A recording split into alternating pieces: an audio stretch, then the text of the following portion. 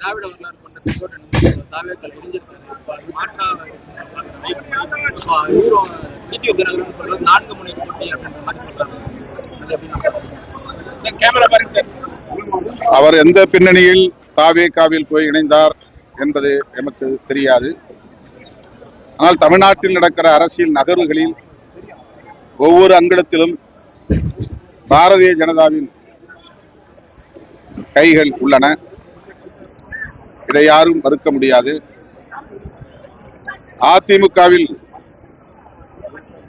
இன்றைக்கு உள்ள இந்த குழப்பமான நிலைக்கு அல்லது விமர்சிக்கப்படும் நிலைக்கு பாஜகவும் ஒரு காரணம் என்பதை அதிமுக தலைவர்கள் உணர்வார்கள் என்று நான் நம்புகிறேன்.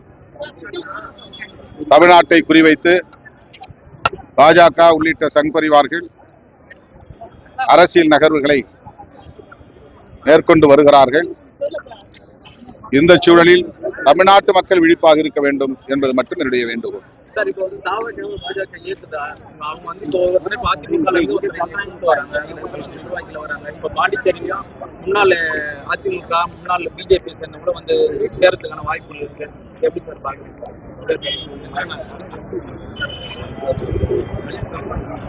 தமிழக வெற்றி கழகம் தனித்துவத்தோடு இயங்குகிறது என்கிற நம்பிக்கையை தமிழ்நாட்டு மக்களிடையே பெற்றால்தான் தமிழ்நாட்டு மக்கள் அந்த கட்சியின் மீது ஒரு நம்பிக்கையை பெறுவார்கள். அவ்வாறு இல்லாமல் அது பாரதிய ஜனதாவோடு இணக்கமாக இருக்கிறது அல்லது நெருக்கமாக இருக்கிறது என்கிற தோற்றம் உருவானால் அவர்களுக்கு எந்த அளவுக்கு அது சாதகமாக இருக்கும் என்று எனக்கு தெரியவில்லை.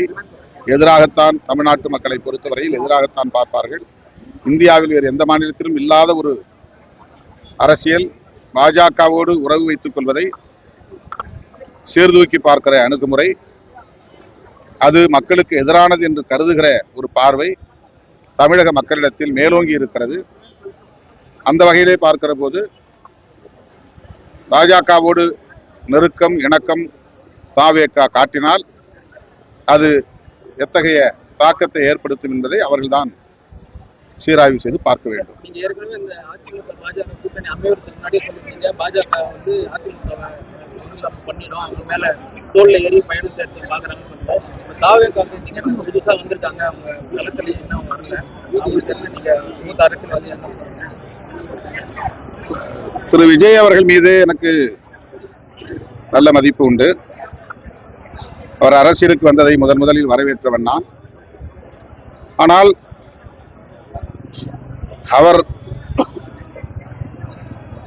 தனித்துவமாக இயங்க வேண்டும் என்பது என்னுடைய அவா. இப்போது நடக்கிற நிகழ்வுகளை எல்லாம் பார்க்கிற போது அவ்வாறு அவர் இயங்கவில்லையோ என்கிற ஒரு சந்தேகத்தை எழுப்புகிறது. எனக்கு மட்டுமல்ல, பொது மக்களிடையேயும் அந்த சந்தேகத்தை எழுப்புகிறது. நல்லது கெட்டதை அவர்தான் தீர்மானிக்க வேண்டும். என்னை பொறுத்தவரையில் பாஜகவோடு அவர் காட்டுகிற இணக்க அணுகுமுறை கூட அவருக்கு பயன் தருவதாக அமையாது என்பது என்னுடைய கருத்து. ட்ரெண்ட ஃப்ரெண்ட் ஆக்கிக்கோங்க. தந்தி டிவியின் சப்ஸ்கிரைபர்ஸ் அண்ட் ஃபாலோவர்ஸ் குடும்பத்துல நீங்களும் இணையுங்க.